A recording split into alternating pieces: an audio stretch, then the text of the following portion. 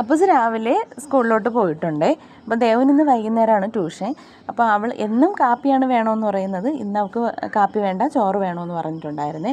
അപ്പോൾ ചോറ് പിന്നെ അഗസ്തിപ്പൂവും മുട്ടയും കൂടെ ഇട്ടിട്ട് ഒരു തോരൻ വെച്ചിട്ടുണ്ടായിരുന്നേ. അച്ചാറുണ്ട്, കടയിൽ നിന്ന് വാങ്ങിയ അച്ചാറാണേ, നാരങ്ങ അച്ചാർ.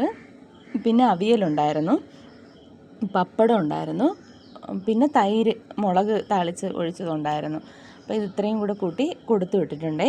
പിന്നെ നമ്മളെയൊക്കെ പഠിക്കുന്ന സമയത്താണെങ്കിൽ പയറും കഞ്ഞിയൊക്കെയാണ് സ്കൂളിൽ നിന്ന് കിട്ടുന്നത്. ഞങ്ങൾ ഒരുപാട് വാങ്ങിച്ച് കഴിച്ചിട്ടുണ്ട്. സത്യം പറഞ്ഞാൽ വാങ്ങിച്ച് വീട്ടിലും കൊണ്ടുപോയിട്ടുണ്ട് വൈകുന്നേരത്തേക്കൊക്കെ. അന്നത്തെ കാലത്തെന്ന് പറയുമ്പോൾ ഇതുപോലെ അല്ലല്ലോ, ഭക്ഷണത്തിനൊക്കെ നല്ല ബുദ്ധിമുട്ടുള്ള സമയമാണ്.